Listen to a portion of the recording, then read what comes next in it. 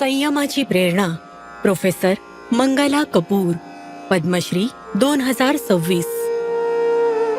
वाराणसी या पवित्र शहरातील एका व्यापारी कुटुंबात मंगलाचा जन्म झाला. त्यांचे बालपण सुखात गेले, पण वयाच्या 12व्या वर्षी हे सुख हिरावलं गेलं. व्यावसायिक स्पर्धेमुळे निष्पाप मंगलावर ऍसिड हल्ला झाला. मी सलग 6 वर्ष हॉस्पिटलमध्ये होते. आईने खूप संघर्ष केला माझ्यासाठी आणि वडिलांनी इतकं पुश करून करून मला इथवर आणलं. खरोखर असे पालक मिळणं खूप कठीण आहे. पण जेव्हा त्यांनी सामान्य होण्याचा प्रयत्न केला तेव्हा लोकांनी त्यांचे अदम्य धैर्य नाही तर केवळ त्यांचा भाजलेला चेहरा पाहिला.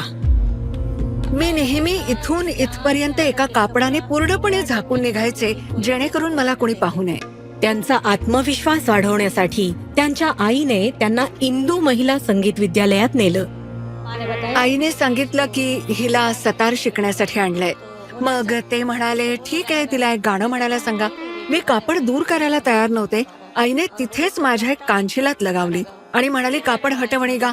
मग मी एक भजन गायले. या कुंदेंदू तुषार हार धवला, या शुभ्र वस्त्रावृता. तो मास्टर एकदम मास्तर अगदी अवाक झाले. ते म्हणाले, आमच्याकडे एवढ्या मुली आहेत, त्यापैकी कोणीच इतकं चांगलं गात नाही.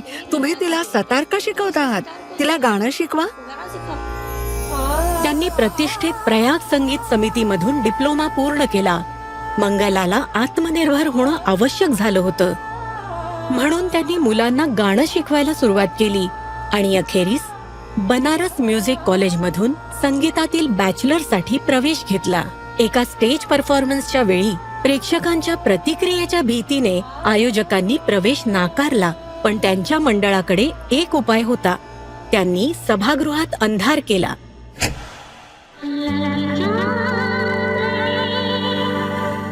मंगलाने मंचावर सादरीकरण करणं सुरूच ठेवलं आणि त्या वाराणसीची लता म्हणून ओळखल्या जाऊ लागल्या.